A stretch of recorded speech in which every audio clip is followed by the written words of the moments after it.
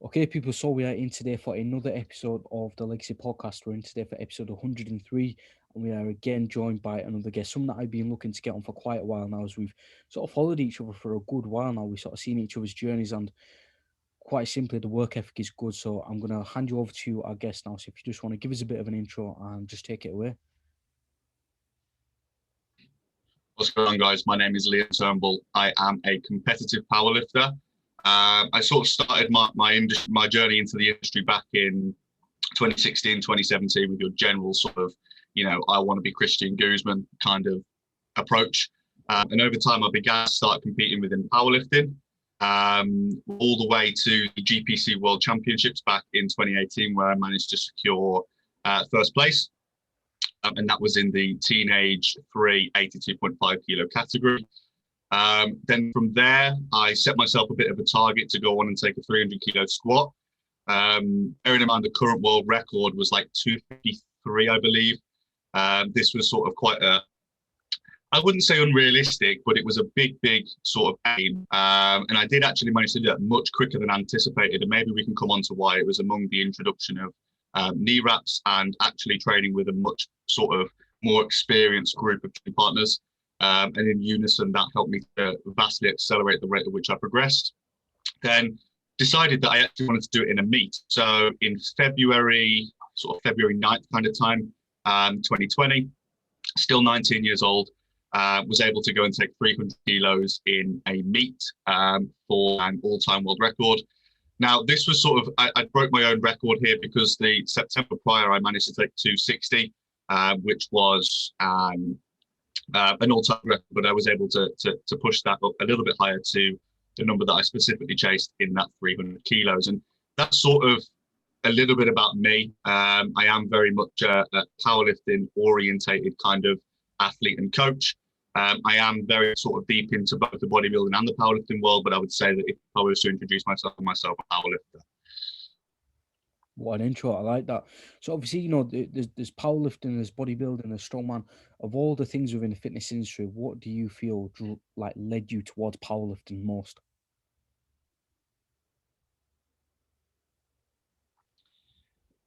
The admirable answer and the honest answer will sit quite different here. The honest answer was genuinely, I think, a little bit of ego lifting, maybe a little bit of laziness. Back when I made this decision, and we're talking sort of, 40, maybe 5 years ago here. Yeah. I'm only 20 now, so I was young when I made this call. But it was sort of, I wanted to be the strongest guy in the room. The ego took over. I was the strongest guy in my friends, and I thought, well, this is cool. I like this feeling, so I wanted to do it in the gym and so forth. And coupled that with maybe the lazy of, you can be to a degree, at least in the early stages, a little bit more lazy within sort of the nutritional side of things when it comes to powerlifting. At least that's how it appears to the untrained eye, and that attracted me because I back then wasn't on point with my nutrition. And I think that's the honest answer of how I sort of selected powerlifting as opposed to bodybuilding. Yeah, no, that's definitely an interesting approach. I've seen that with other individuals.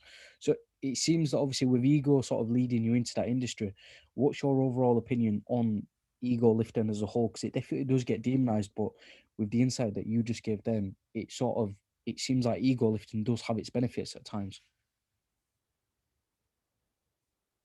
Yeah, no, for sure. I mean, there is a fine line between, being confident in the gym and taking it there where you need to take it, and then what we would call ego lifting, which I agree with the idea that should be demonized. It depends sort of what you're referring to by ego lifting. Now, when I started, I would go into the gym. And looking back, obviously, this was, in hindsight, something that I don't necessarily regret doing, but something I wouldn't recommend. Don't get me wrong on that. But I would go into the gym, I would, 1 rep max, and the next week I'd come back, I'd either 1 rep max, 2 rep max, or 3 rep max. And the only thing I would focus on is making sure it was more than last time. Now, the principle there is simply progressive over. Itself, it's a fantastic way of training. But what you have to remember is that recovery capabilities have always got a limited recovery demand. And they didn't with me. And so it led to injuries. And that's where the whole sort of demon ego lifting comes in. And I think, you really have to be careful with it because it is a dangerous style of lifting, and quite a lot of us will come into this sport with longevity in mind. Sure, it's great to squat 200 kilos when you're a kid, but it's a lot more admirable to take 400 kilos as a male. And an ego lifting approach, you're never going to get to that 400 kilo mark. Of course. No, that's a very, very good insight, and I can sort of see that sort of approach into that. So, in fact, covering on to trends as well, in terms of, obviously, we had the issue with Ryan's pec tear. In regards to powerlifting and stuff like that, what sort of injuries and how would you have overall approached that situation? In terms of within powerlifting, post getting. Yeah. Okay, so obviously there's a very difference between injury prevention and injury rehabilitation. I'm a believer of prehab or rehab. I'd always try and prevent the injury from occurring than just waiting for it to occur and then deal with that. But if you was to place me in the situation of either I or one of my clients are injured, the general way that I will approach the rehabilitation of that is through a process detailed actually from Dr. 𝗟𝗘𝗩𝗘𝗟. I don't know if you're familiar with Dr. McGill. Right. Essentially, the three-stage process being, number one, eliminate the source. Number two, finding a pain-free move. And number three, moving, so active recovery. Now, I'm happy to dig into those in a bit more detail, but the answer to the question would be that's three-stage process there. Yeah. No, it's good. I just know that I've seen a lot of people, especially within the world of powerlifting, when you are handling higher loads, that sort of risk versus reward ratio will come into it. So it's definitely good to get an insight into, injury management, rehabilitation, and how you're able to handle heavy loads, but reduce your risk of injury at the same time. For sure. And I mean, this is a completely anecdotal view. I'm very open to the idea that maybe I am wrong with this, but if we compare the bodybuilding and powerlifting, there appears to be a lot more injuries in powerlifting. Yeah. Now, is that down to the fact that they're just chasing load? Potentially, it absolutely could be. But another factor that I think is at play is when you look at bodybuilding, and this is very generally speaking, the majority of your bodybuilders will have every box ticked. Their recovery is in place. Their nutrition, for the most part, on point. Those variables and so forth are in position. Whereas with the powerlifter, and of course, again, generally speaking, there's many outliers to this, but they are less meticulous about those background variables. It's very much go into the gym, train like a motherfucker, and then kind of it, really. It's go home, eat what I can where I can, and come back and do it again. So I think that the approach to the other variables outside of training is certainly something that contributes to the reason we have more injuries in power. Do you feel like, obviously, I watch your stories quite religiously. Do you feel like your attention to detail has allowed you to make such progress that you've made and, take a lot of big numbers? Because yes, you're powerlifting, but you are very meticulous with your routine, your meals. So do you feel like that's been an advantageous point for you? Yeah. I'd be lying if I sat here and said my goal is strictly powerlifting. I am someone who sits very in the middle. Now, this is something that potentially will disadvantage me in the long term, but I'm someone who wants to be, have good blood health, be able to go out on the platform and put something up. I want to tick a lot of boxes. Now, sometimes you have to be prepared to compromise a certain variable for it, but willing to do that. I want to have every variable in place. And so for me, going into an approach where I can nail everything, ensuring that sleep is the best it can be, ensuring that diet is where it needs to be. Those things for me have allowed me to, tick more of those boxes at the same time. Yeah. And that's obviously, we compare back to the goal that I set out for myself. That's very predictive to that goal. Yeah. Do you feel like your attention as well, sort of going on to the whole tracking of variables and the idea of longevity within the sport, do you feel like now, because you're laying the foundation so strong, it's really setting you up for, a strong future within powerlifting and, that crossover into bodybuilding? Yeah, no, for sure. Because if I'm able to decrease injury risk, increase efficiency through all of the systems within me, and set things up to best allow me to train with longevity in mind, I'm probably going to go up and put, more successful numbers on the platform anyway. Yeah. Because sure, if I put 100% into it and didn't care for shape, etc., sure, I might be able to progress a little bit faster in the short term, But for me, I'm not interested in the short term. 320 would be a great spot for me to hit in a couple of months. But I'd rather train more reserved and see 400 in a couple of years. Yeah, 100%. So obviously going into like the world of powerlifting, this is something that is quite alien to me because it's not something that I've ever trained for. In regards of a meet and routine, sort of like what's, the process of preparing for a meet? Is it much like a bodybuilding prep? What sort of, or for you, for example, the road to the 300 kg squat, what was that process of the meet like for you? In terms of training or everything? Training and just the overall experience for you. Okay, so I think training would be probably the distinct difference between, your generic bodybuilding prep and your powerlifting prep, obviously, apart from the whole calorie situation and energy balance. So with a powerlifting prep, first thing you've got to remember is that it is a weight-orientated sport, and weight class is incredibly important. So we have to consider that in terms of nutrition.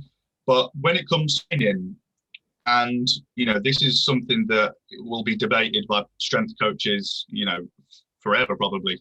But there is sort of your general rule of build foundation first. You can't build a 3-bedroom house on a 2-bedroom foundation. You have to have the foundational muscle tissue to be able to go and improve the functionality of that tissue through the later stages of the prep. So the first that I would do with myself or a client would be to have that hypertrophy orientated initiative. Following that, we look to maybe take that more into a strength focused block. So if we haven't already, we'd introduce the comp variations of the lift. So maybe we've been doing some, Larsen pressing or tempo, high bar squatting. We'd move into, knee wraps or low bar squat, whatever it is that the competition squat looks like for that individual. And we'd start to tailor volume down as we tailor load up, and start working in the rep ranges that we are going to be wanting to use the course of that strength block. Following that, and that strength block in itself, I'm going to brush over it very quickly because that can be set up however the coach deems necessary given his style of programming, but also, of course, the individual responds well to. Because there's no set, this is how to prep for a powerlifting meet. Everyone's different. But following that strength block, you then look to most likely peak. Of course, there'll be deloads in there where necessary. And then the peaking process essentially will be what takes you all the way up to the meet.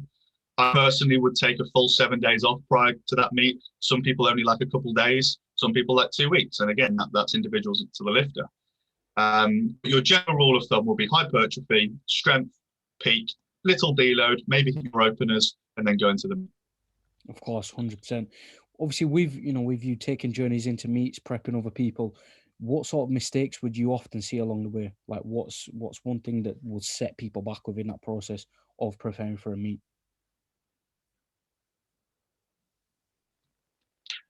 There's so many, it's difficult to sort of down to one. I think mental state is incredibly big.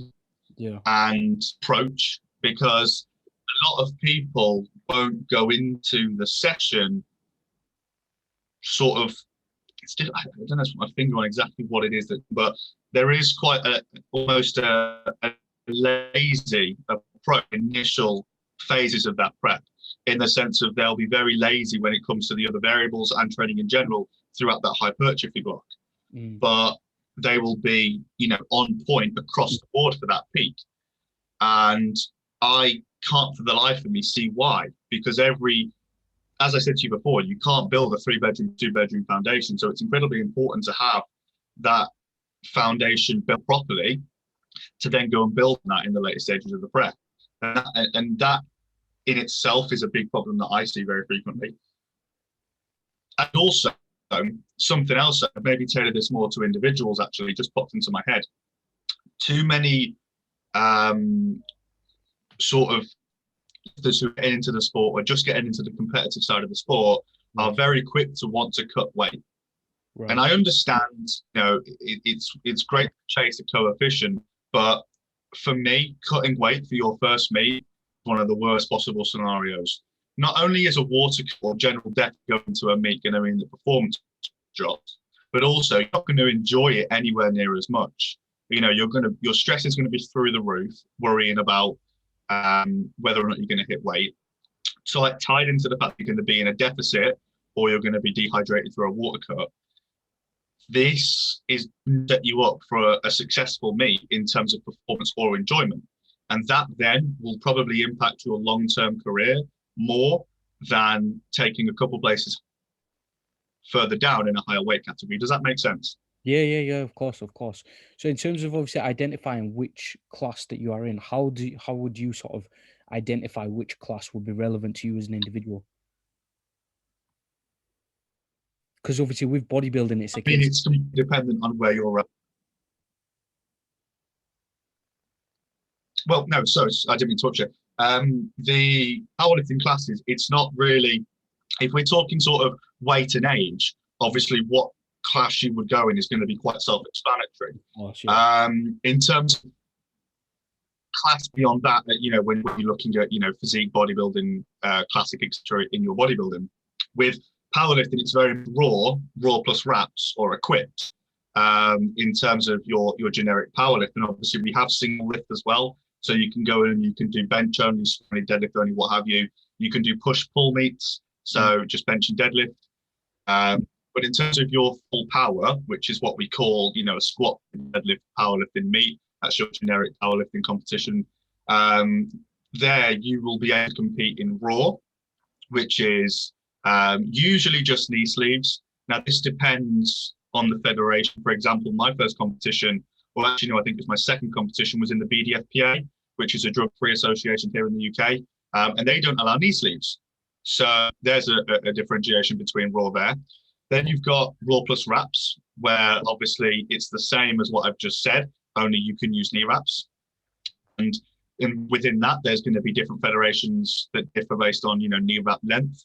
For example, the GPC is 2.5 meter wraps. The BPU is 3 meter wraps. Then you've got your equipped, so your ability to use a squat, bench, deadlift, brief, etc. And that is going to be, a whole level above sort of your raw plus wraps in terms of support. Yeah, of course.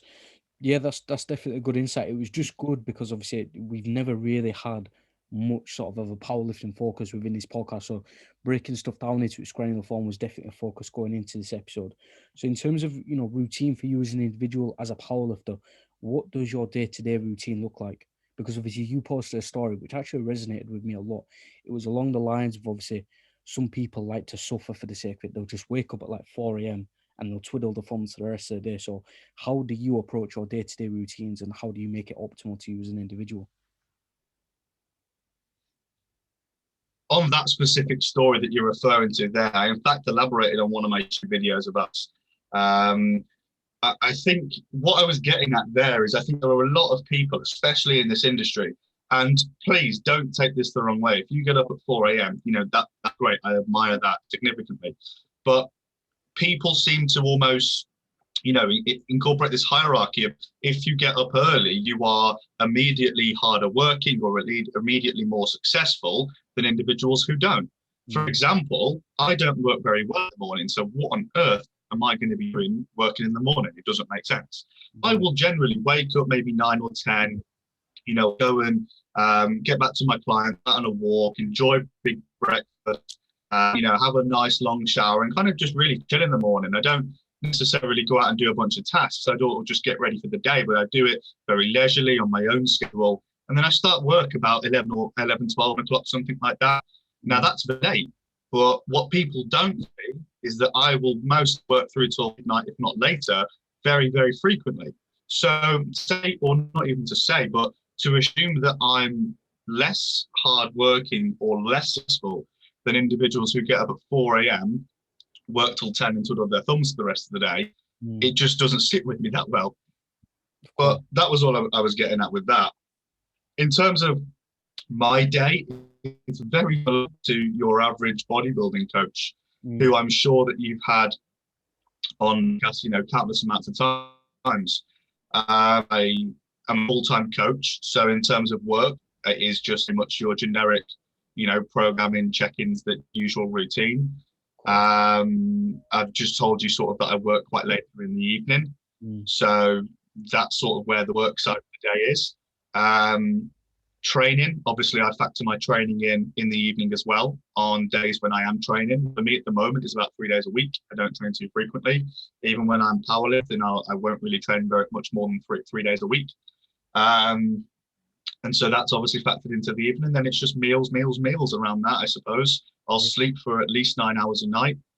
And that's kind of my day. There is no set structure. It's very, very dependent on the day, what I've got that day. Yeah. I think definitely, you know, the missing link here is obviously individuality. A lot of people, especially in social media, they're very, very quick to hop on trends. You know, if so-and-so wakes up at a certain time or if so-and-so does this, they follow that trend and they don't actually account for themselves. So this is where me and you become quite different, because where you're not as productive in the morning, I am. So what I would do is obviously I get most of my work done in the morning, or I'm most sort of like functional within an early morning. That's when I will get most of my work done, and then it's sort of like the opposite. But that doesn't mean to say that you're less or more hardworking than me. We're both working at times that are more optimal to us as individuals. What most people think to see him is that, again, It's that simple. exactly, because most people then they'll think, they hop onto this idea of waking up early morning makes you a hustler, you're working harder, and all of that sort of stuff. The idea here is to work at your most optimal time. It has to be tailored to you as an individual. Yeah, and the thing is, I mean, there is no set sort of, if you do this, you're immediately more hardworking. I don't care where you work, when you work, how long you work for. It doesn't matter. It's just it's nothing to do with me. Yeah. You know. So why do people seem to care when I work? It doesn't make sense to me. And you very well could be much harder at work, but much more hardworking than I am. But is it to get up early? No, it's not. Nothing to do with that. Exactly. Yeah, 100%. I think as well, you know, it's sort of where you're spending your energy focusing on what time people wake up at and dictating who's the hardest worker. It's just a case of exactly like you say, where you're focused on your own craft, your own clients, your own business. That's when you can then start to make the actual most amount of progress and separate yourself from the rest. Yeah, for sure. I think, to be fair, the whole industry has got it's so trend based now.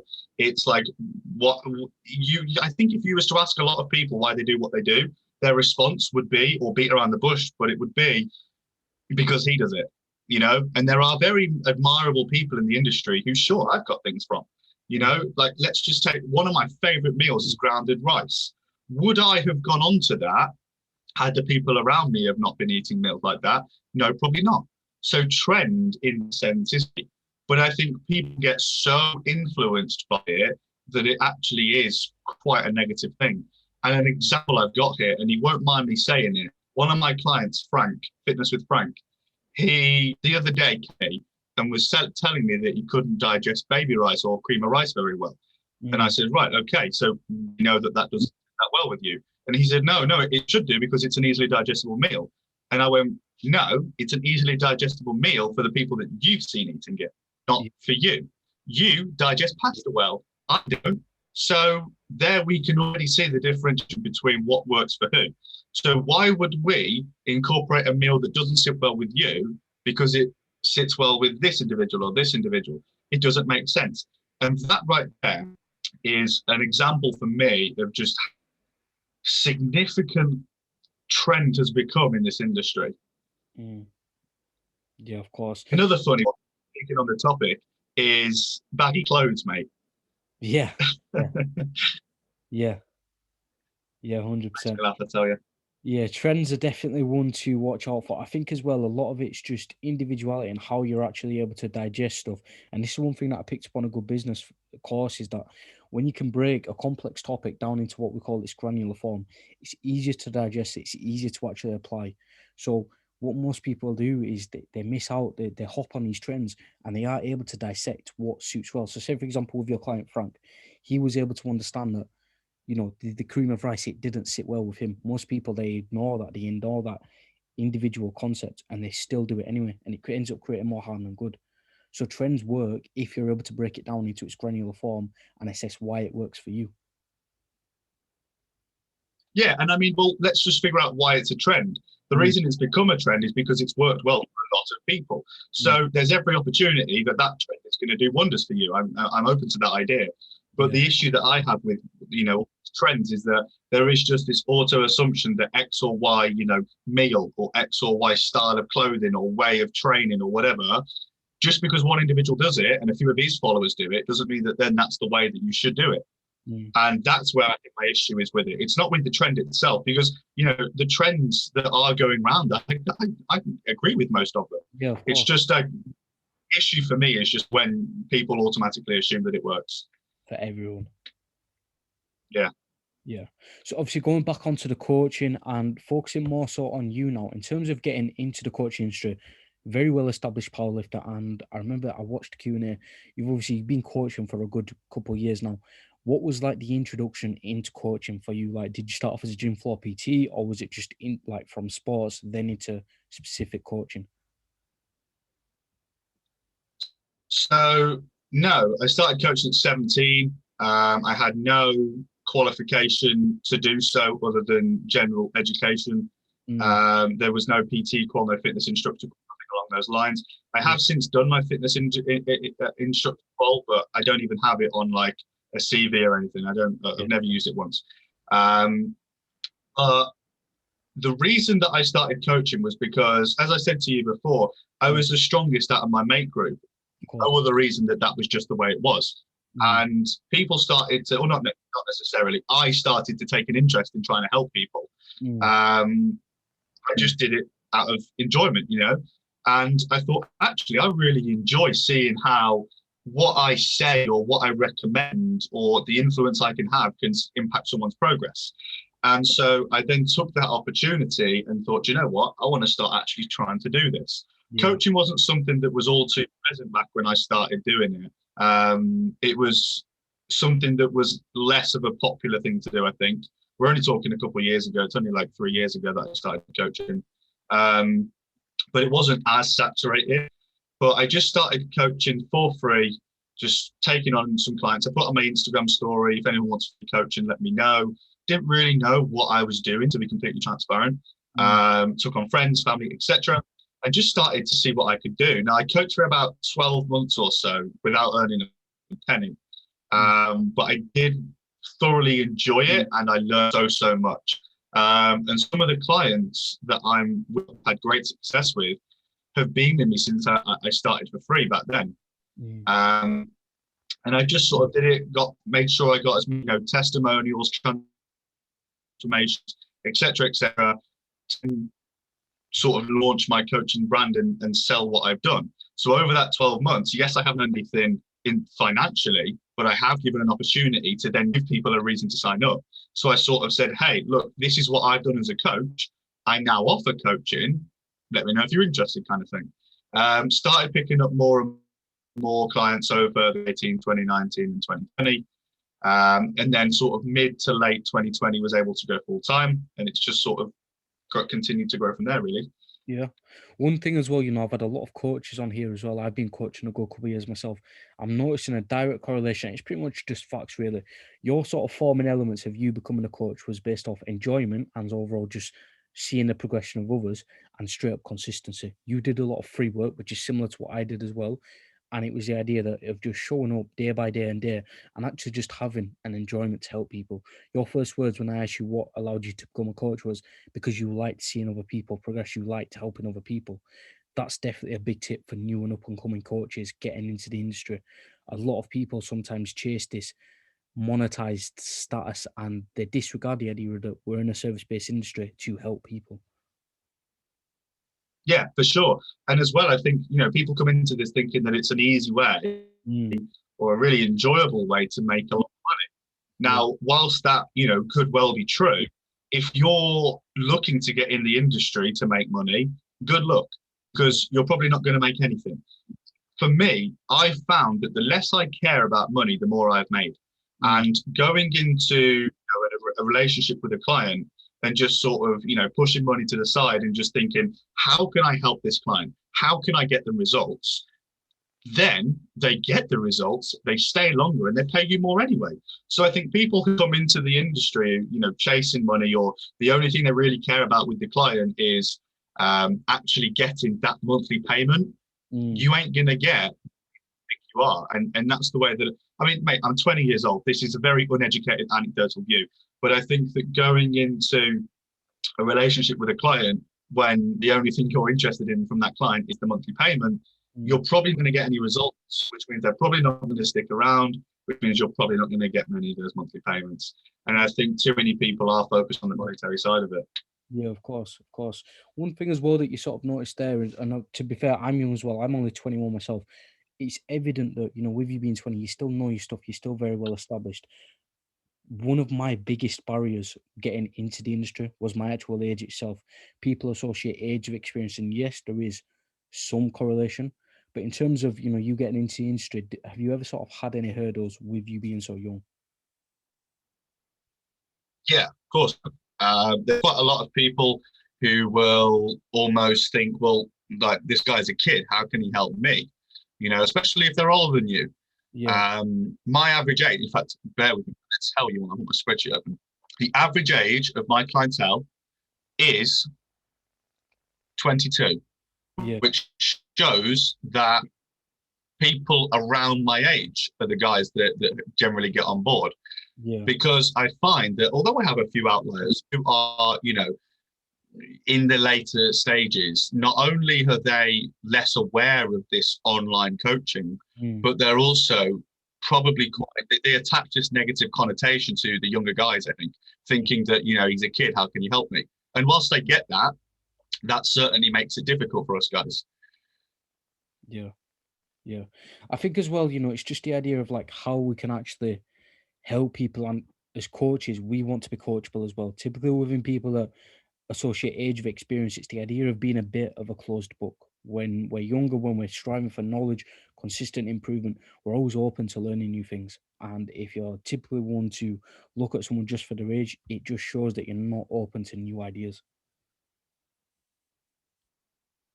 Yeah, absolutely, for sure. I mean, I have always been a believer that you can at least learn something from anyone. And I have a client. He's, I think, 18 or so. He's a little bit younger than me. And I have learned more from this individual. To be honest, nothing to do with fitness, really. But I Yeah, have learned more from that individual than I have from any other client. And in fact, I'd even rival it with any other individual to date. And he's 18. yeah, yeah, of course. It's definitely good that that we can be open-minded and understanding of new info regardless of age, because all it's going to show is that we can develop new relationships with people, and it's constantly the idea of two pairs of eyes is always better than one. So as we learn more, we can develop more, and as coaches, we can only develop that to our existing clients and better a business itself. Yeah, for sure. And this is why I work with a lot of other coaches as well. I have a lot of clients who I work with a coach on. Now, this is because they have maybe already got a coach who doesn't look at all variables, who just programs, which is great. But that's where I would then intervene. And that, they've said, hey, can you just jump on board and help me out with nutrition? And whilst that could be very two different coaches who don't have any relationship, just helping with each individual variable, I in fact make an effort to go and see what can I learn from that coach, because not only can I learn from that coach, but also we can, share ideas with each other to better the client. And so for me, having that opportunity to go and almost team up with other coaches, and this is primarily within the world of powerlifting, but team up with these other coaches, it's taught me so much, and it's bettered the athlete. So that kind of takes it back to almost where you have a collection of coaches who will discuss, what it is that they want to do with the individual team. Whereas right now, within bodybuilding and primarily powerlifting as well, there is quite a lot of just one set of eyes is all that the individual gets. Yeah, yeah, of course. Now, I definitely like that insight. So, we've covered education, we've covered sort of just being a bit more open-minded. There was a lot of, I'd say, a good sort of percentage of the listeners on the Legacy podcast are coaches. So, in terms of being a new coach, what sort of tips do you feel are important to be a good coach and, be efficient within your services?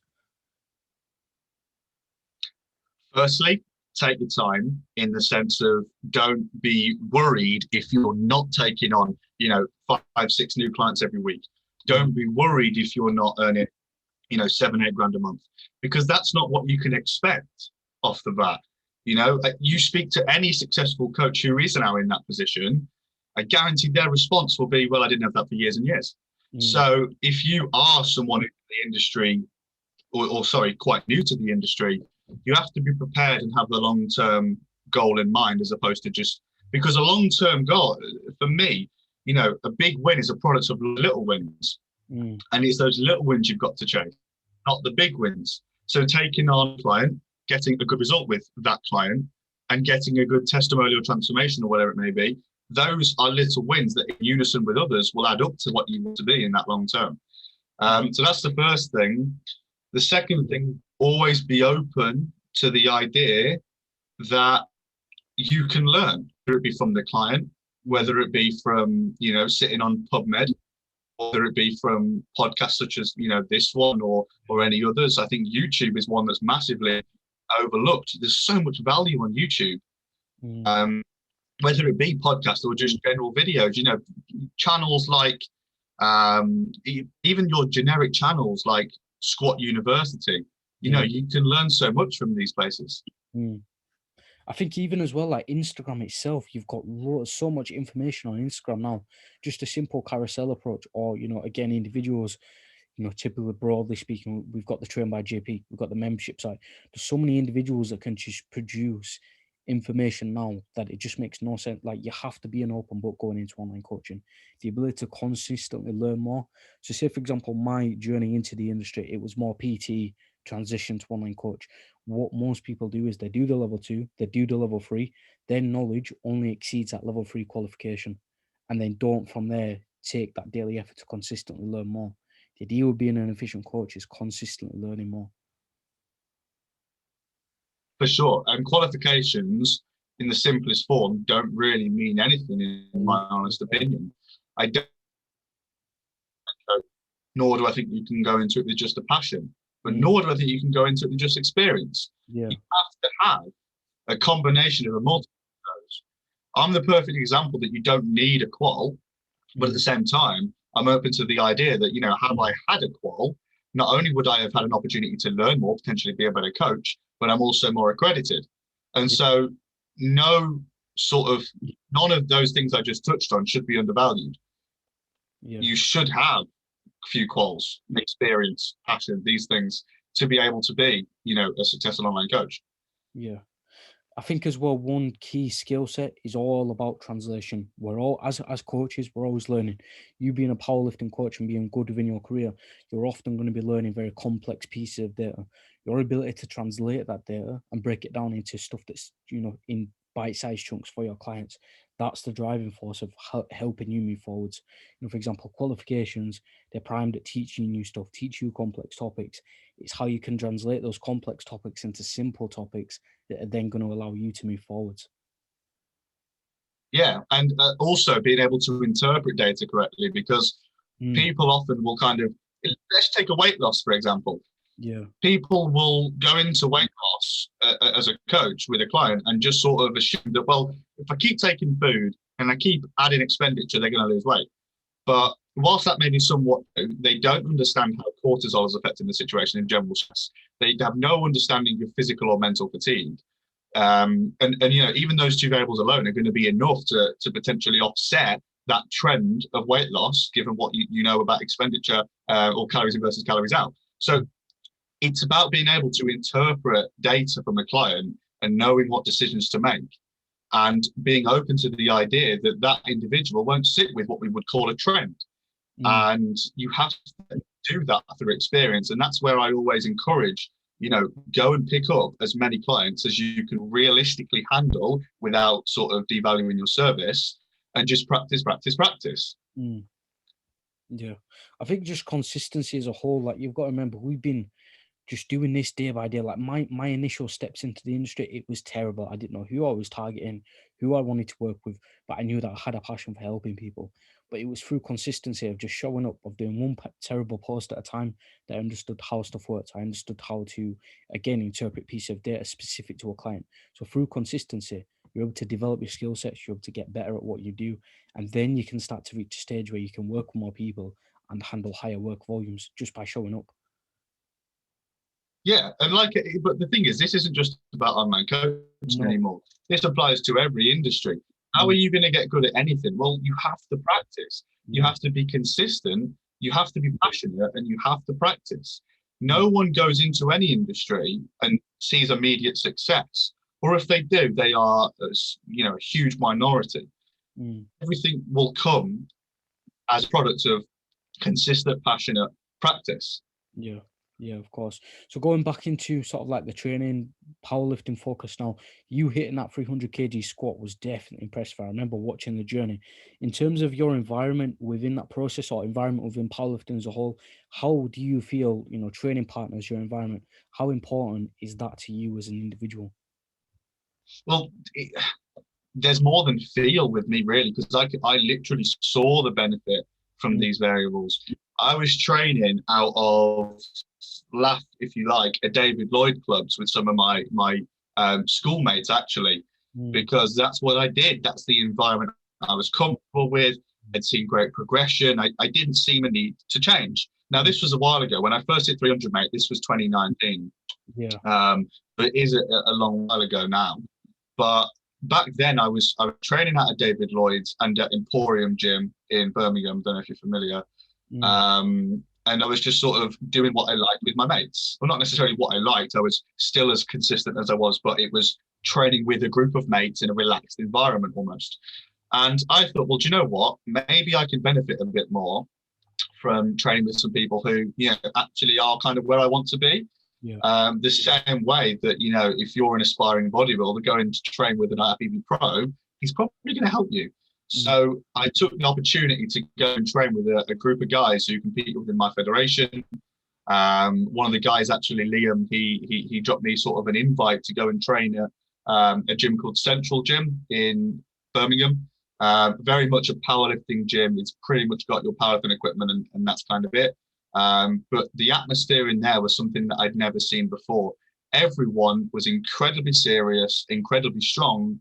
I remember on one of my first sessions, you've got like over 900 pounds on the squat rack next to me, over 410 kilos on the squat rack next to me. And it's like, it was sort of that time there when I realized this is what I need. These are the people around me I need to not only improve the session, but also to help me with constructing my powerlifting blocks in preparations for the meet. Because they've been there and done it years and years and years over and over again. So for me, going to train in the right gym was the first thing, and training with the right people. There was a collection of us 4 individuals who trained, and I'm not going to name, I haven't, asked them whether or not they want to be named, but there was 4 of us who trained every single week for a period of maybe, I don't know, over a year probably. And in that time, I'd progressed so much. I went from squatting 260, where I first took the all-time world record. It was 253. I took it for 253.5 on my second attempt, and then I went 260 on my third attempt and got that at the British in 2019. And off the back of that, I then went to the powerlifting gym, and within the space of maybe 2 months, I squatted 300 kilo. Wow. And you know as well as I do that 40 kilos is a large amount to add on to any lift. But on the lifts such as the squat, and this wasn't even sort of the case of, I added knee wraps or, I added anabolics. Like none of those variables changed. It was simple, linear progression, same environment. Given I had a new knee wrapper in a girl called Beth, and she's fantastic. So that I'm open to the idea that definitely played its part. But the principle remains of going to that gym allowed me to vastly accelerate the rate at which I could progress all of my lifts, the squat being the one that progress is most passionate about, which is why I think it's the one that I'm the best at. But all 3 lifts, bench, squat, deadlift, all vastly took a big increase in that period of time there. So I really sort of can't stress enough how much important I think it is to have the right people around you in the right environment.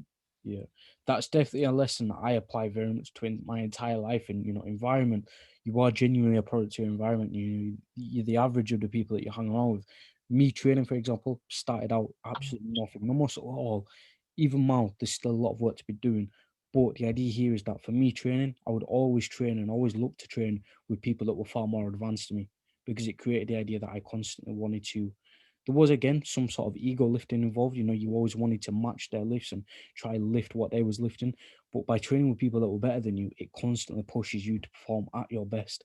And with you making, a 40 kg increase on your squat, Oh, no.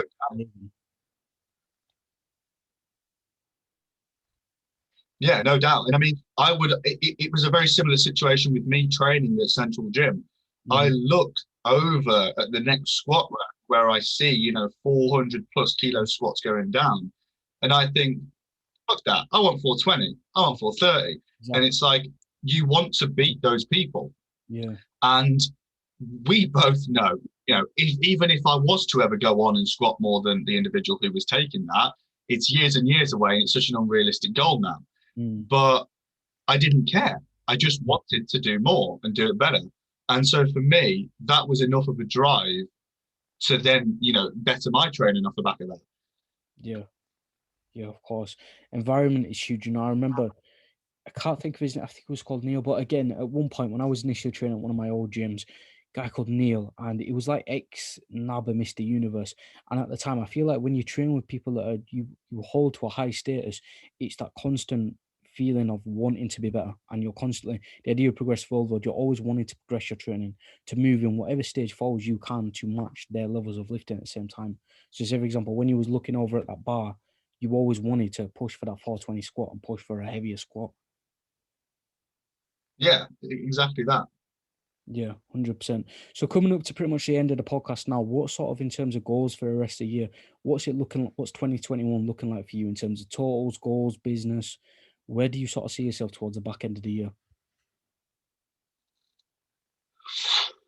In terms of business and general life goals outside of powerlifting specifically, there are no sort of set, huge milestone goals for me now. Yeah. The most recent one was being in a position where I can go full time, which I did.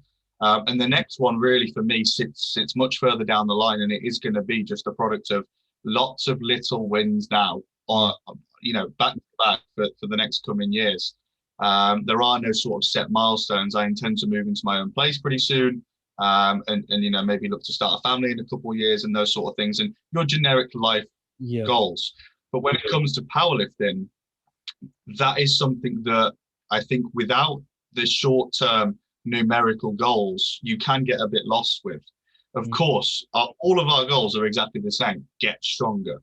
And if that is your only goal, whilst that's a fantastic goal, it leaves you a little bit lost, because what's stronger? Well, how can you determine whether or not you've reached that goal? Because there's always going to be an opportunity to get stronger. And that whole idea of stronger is only going to get stronger, if that makes sense. Because when you're 16 squatting 150 kilo, you look at 200 and think, wow, I want to be that strong. You get to 200 and think, well, this is kind of not what it's been. I want 250. And it just keeps going and going. So you're never going to get there if that's your goal. For me personally, with powerlifting, I've seen such a better response of actually setting numerical goals, where no matter the environment, if I have squatted to X amount that I wanted to squat, to expectations that I laid out, no one can take away from the fact that I've achieved that goal. And so I think that is the best way to approach, lifting goals. And for me, the goals are very simple right now: bench 200 kilo, deadlift 300 kilo, and then the intention towards the tail end of the year. And to be completely frank, I haven't set a date for this, but I want to go on and take an 8-plate squat, so 340, which I think, given the circumstances now, I'm a little bit heavier in terms of body weight. And I've completely changed the way that I have approached background variables. I'm so much more efficient. And so I do think that that's realistic. And the third and final thing that is going to go into that 340 being realistic is that I'm taking a move up to a 3-meter wrap from 2.5s. So that's obviously going to allow me to maybe push it a bit further north as well. Yeah, no, it's good as well. And I'm assuming then, obviously, once these targets are hit, it's just a case of rinse and repeat. We'll go back to the idea of consistency. So you consistently set new numerical targets, you tick those off, and it's just a consistent, repetitive process of boxing off targets. Yeah, tick boxes every single day, all the way up until the point where you demonstrate how many boxes you've ticked on the platform. You do your best on the platform, and you go back to the drawing board and untick those boxes and retick them again. Yeah, of course. So, just obviously in terms of going on to your home gym setup is very, very impressive. What's the sort of story behind how getting into this kit and getting into the idea of just having such selective kit? 'Cause you even have your own branded kit now, don't you? Yeah, so we've took the deep dive over at Bullstrong into gym equipment. Now, this is something that, to be completely honest, I have no idea where it's going to go. I've got my hands in a lot of different baskets at the moment. We toyed around with or are still toying around with the idea of knee sleeves, lifting belts, gym equipment in terms of barbells, etc.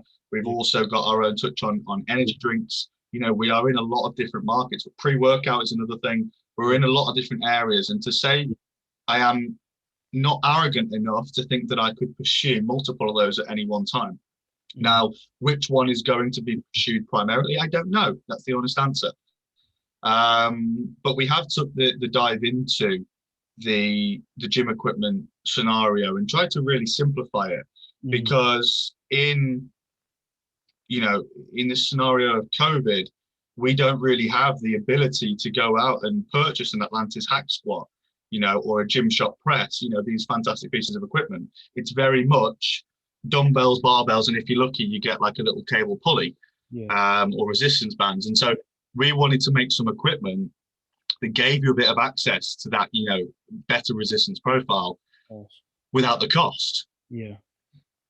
No, and so that's why we took that opportunity to go for the belt squat, because the belt squat was something that allows you to, take it there in terms of load for your legs. But it's quite easy to manufacture, so we don't have to charge a house for it.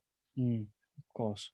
Yeah, that's definitely a good insight into obviously the kit selection. It's going to be good, especially looking into the plans with the pre-workout, say energy drinks, that stuff that even I didn't know. So it's going to be good seeing the different avenues of fitness that you're going to go down, and it's just going to be good to follow the journey. But other than that, that's pretty much everything that I wanted to really cover on the podcast. So is there anything that you sort of wanted to add on to the end of it? No, not really. I think we've covered a lot of different topics there, and there's definitely more that could be said on any single one of those topics. Yeah, of course. But go on. Yeah, well, like I say, with that being said, we can always arrange a second episode. More than likely, we will do, once everything's cleared up, once you've done your next meet or whatever, we'll definitely do a second episode where we can break down even more topics. Yeah, sure. Yeah. But other than that, people, I'm going to wrap the episode up there soon. So overall, it's been a very, very good episode. I'll leave Liam's Instagram in the description below, so do make sure to go check that out. And I will see you guys soon.